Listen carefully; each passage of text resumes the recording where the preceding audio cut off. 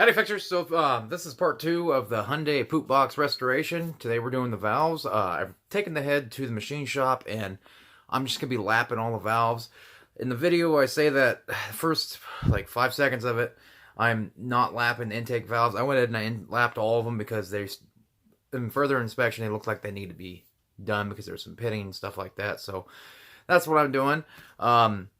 There is going to be a part 3 here pretty quick. I'm probably next like 4 days. I'm just going to have it out because I just got it started the other day.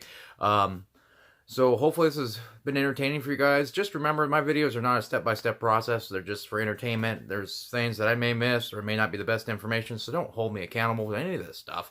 So if you have any questions, just give me a comment down below. And like I said, I got it started yesterday. Here's a little clip here.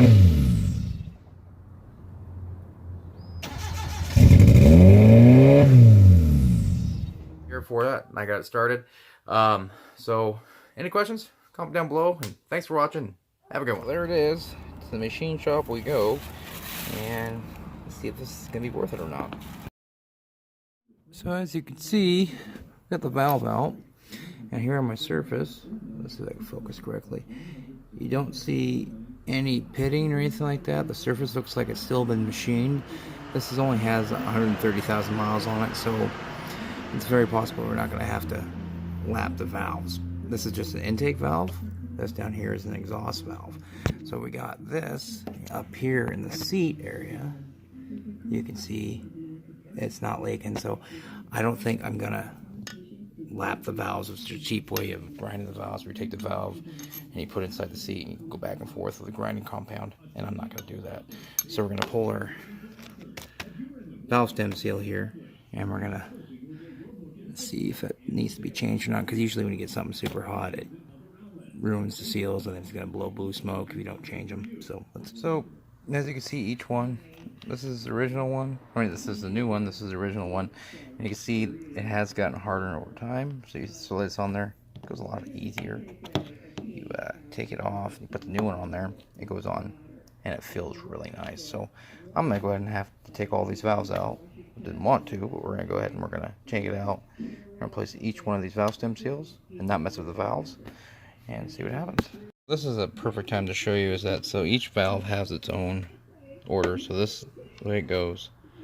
You have a valve and you have this valve stem which goes on your valve stem seal seat, which is that guy down there, which I already replaced my seal. And then it goes spring. Then it goes that, which helps it in place, and then your keepers go inside this, which is kind of like, it's narrowed, so these go into place. Once pressure hits on it, you get stuck into place.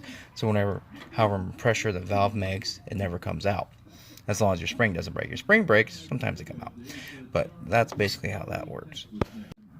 Okay, so this is our tool. This is the valve depression tool. It's old. So you also have this O2 sensor socket, which then you have that open window that you can get your keepers out of. So what I'm going to do is that I'm already set up. So I'm going to go to the second valve. I've done the first valve already. And then we're going to go down here on the piston. Not the piston. The valve I want. And then I'm going to release it.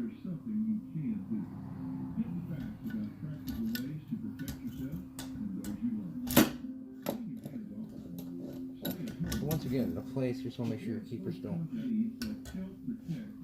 So it's depressed. Let's see. You can see.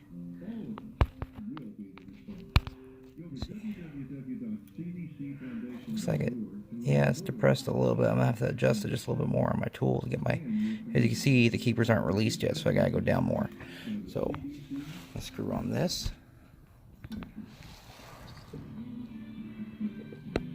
So I'm screwing on it as we speak, and it's taking it down, as you can see.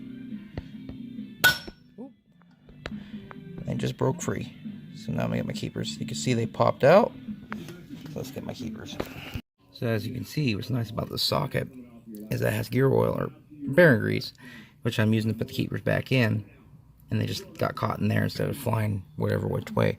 So now we take a magnet, and then we're gonna pull this out. Boom.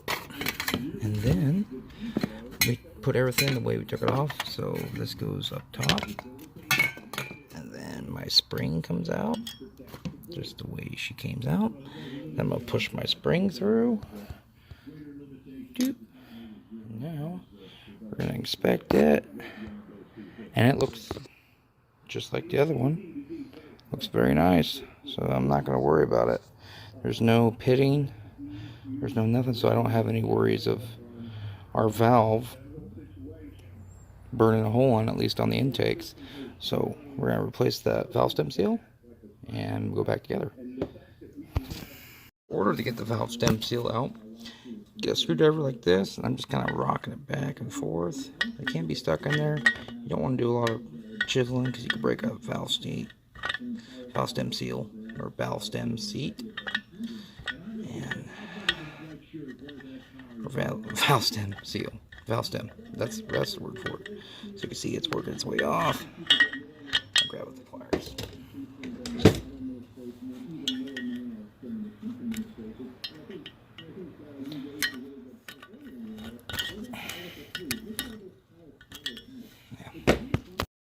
So here's my new seal, like I showed you earlier, and we're going to go ahead and we're going to just get a pair of pliers. You want to push down on the seal once you get in place, just kind of firmly put it in there, and you should be able to tell if it's not going to come out, and you just push it on. So I've went ahead and I've crunched everything down, and so like I was showing you earlier, this part goes down, the angled part. So what I've been doing is taking a wood rod and putting stuff here in the middle, and then stuff on the outside that I'm going to hold it with the stick, and then hopefully the stuff's going to hold on to the valve. So got my exhaust valve out, and I'm not getting lucky. So as you can see, there's some pitting stuff here and here a little bit. So I'm going to go ahead, I'm going to lap the valves with some valve grinding compound, kind of show you how to do that. You just want a shiny surface like we had here. So we'll see what happens. Here's your valve grinding compound, and this is what it looks like on the valve. Now I'm going to stick it in the hole, and you just kind of want to keep it nice and flush and just go back and forth with both hands. So I'm going to do this and show you. This is how you do it. Just get your hand in there and go. And we're going to check it out here after a few minutes of this. Come on.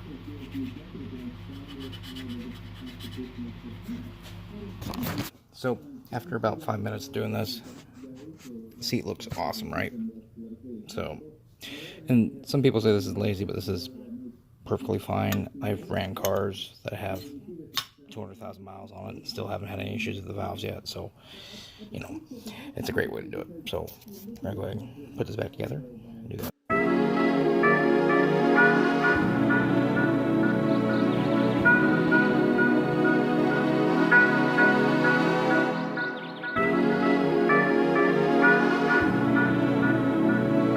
As you can see, I ground into this one pretty good, and it's got the same sheeting surface. This should be good. Okay, so you can see me getting all these in here, and all these videos have been taken over a couple days, and I've only gotten on to valve number 5. So I need to do something differently. So I'm gonna took the 7/8 socket, so I get deep in there. I'm gonna cut a window here and cut a window here, so I'm gonna get my keepers in there a little easier. So let's do it.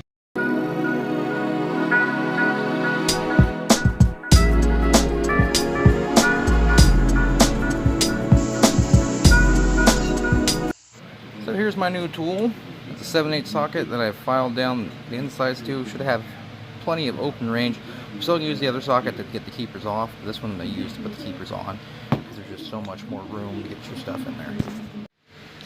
Okay, fixers. So as you can see, I've gotten crazy and I've done a lot of valves, and what I've actually done is I went ahead and I've said, you know, the heck, and I went ahead and I grinded or lapped the intake valves also, because you could see.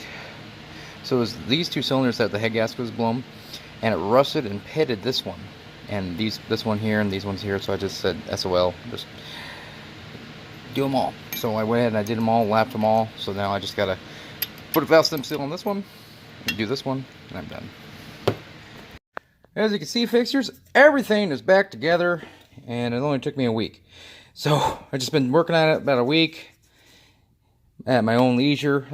So hopefully this was, exciting, and hopefully this was an idea so you know if you want to attempt it or not. But if I was going to do it over again, I just pay the guy at the machine shop just to do the valves and do the job for me for an extra $100, $200, because it's a pain in the butt. So thanks for watching, and stay tuned for the next video where I'm actually putting this back on the car.